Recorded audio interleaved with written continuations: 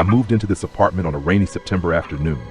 It was an old complex, nothing special, but quiet, just the way I liked it. From the very first night, I realized I wasn't exactly alone. My window faced another apartment on the floor above. The window across from mine was always slightly open, and behind the curtain stood a woman in a red dress. She didn't move, didn't flinch. She just stood there. At first, I thought my eyes were playing tricks on me, but the next morning when I opened my blinds, she was still there. Her eyes were dark, so dark it was like there were no whites. It felt like she was staring straight through me. Day after day, night after night, I got used to being watched. One day I asked a neighbor downstairs, "That apartment on the third floor, the one across from me, does anyone live there?" She paused, then let out a sigh. "No, that unit's been vacant for years. No one's dared stay there since." "What happened?" I asked. "What happened?" She just shook her head. "A young woman was found dead by the window. She was wearing a red dress." I froze. My heart was pounding. I had just left my apartment moments ago, and the window was still slightly open. I looked up. She was still there. My name is Nathan. I'm 32 and live alone in a quiet suburban area just outside of Portland. My rental sits at the end of a small street where everyone pretty much knows everyone, and the silence at night is deep enough to hear a single leaf fall. One Monday morning, I went outside to grab the newspaper, just like I always do.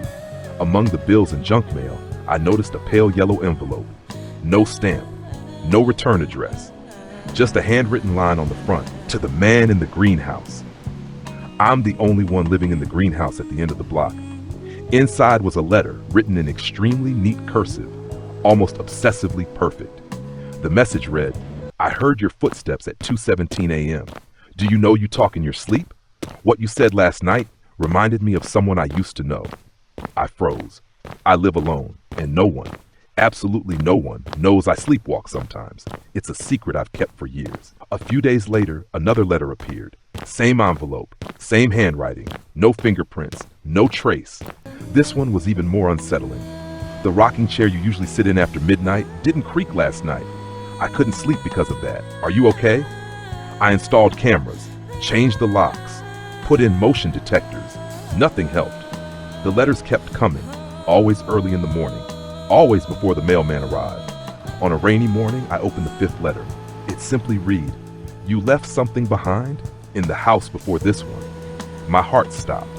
That old house had been abandoned after a kitchen fire, something only I and the former owner knew about. It was where I'd hidden something in the back of a built-in drawer, years ago. A photo. Me and Sam, my best friend who died under strange circumstances 7 years ago. We were both in that house the night it caught fire. I went back to the burned-out house, now just charred beams and ash. In what remained of the kitchen, I found another envelope. No name, just one line inside. "You remember now. Thank you." I never received another letter after that. But every night since, right at 2:17 a.m., the rocking chair in my living room gently begins to sway, even when no one's sitting in it.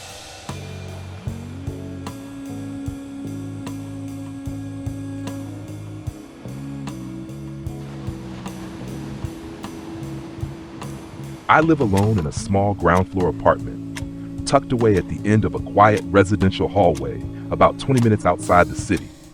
There's only one way in or out, my front door. I'd been renting the place for over a year, and nothing strange had ever happened until one cold night in November. That night, I went to bed early, exhausted after a long shift. The first time I woke up was because of the wind howling outside, but what kept me up for the rest of the night was the knocking. 3 knocks, clear, slow, just loud enough to startle me. I glanced at the clock, 3:07 a.m. I figured maybe someone was drunk and knocked on the wrong door, so I didn't open it. But the strange thing was, the next night, again at 3:07 a.m., there it was. 3 knocks, no one there, silence afterward. I started getting nervous. I called building management. They told me no one had entered or exited during that time. So I installed a doorbell camera. And the next night, I stayed up to watch. 3 a.m., nothing. 3:07 a.m., knock, knock, knock, knock. I looked at the footage, nothing, no figure, no movement, just the shadow of the door shifting slightly like someone had just tapped on it. I was shaken. I told a neighbor, an older woman who lived directly across the hall. She stared at me quietly, then said, "The last tenant in your unit passed away at 3 a.m. after weeks of hearing knocks at the door with no one ever there."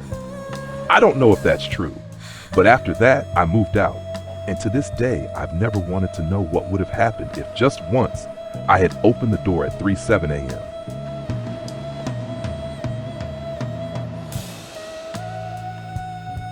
I moved into this apartment complex about 7 months ago.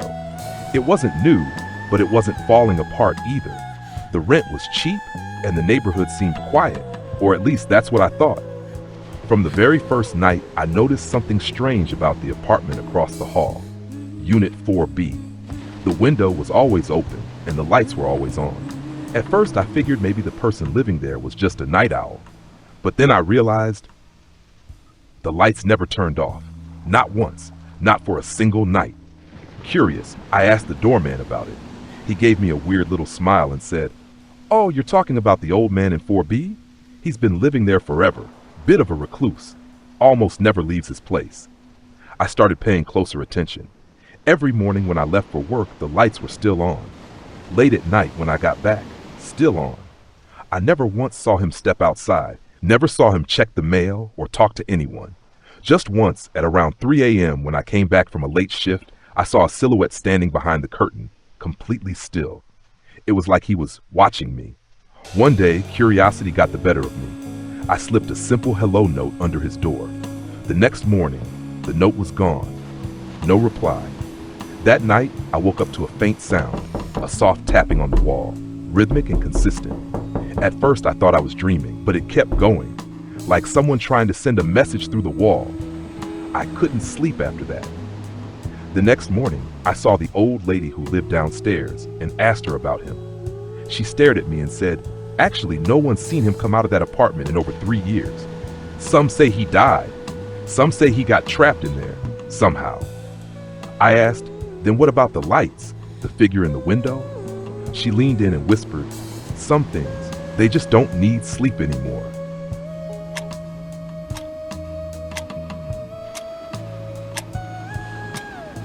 I live in an old, 3-story apartment building with thin walls that make it easy to hear the ticking of a clock from next door.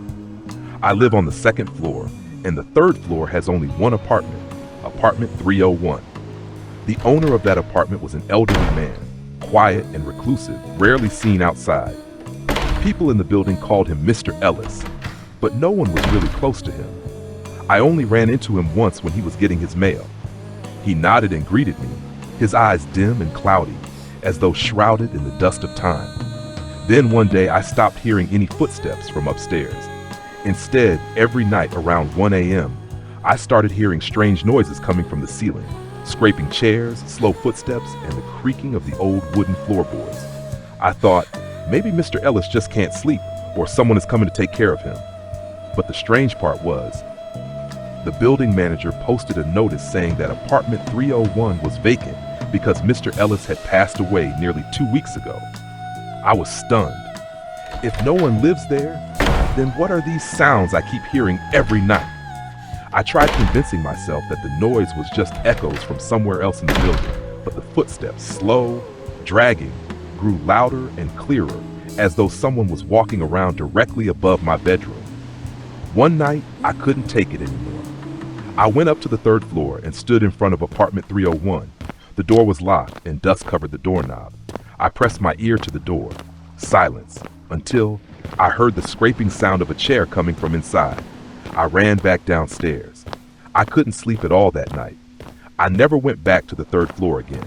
I don't know who or what is in that vacant apartment, but every night I still hear those footsteps, as if someone is still wandering around in the very house they once lived in and never truly left.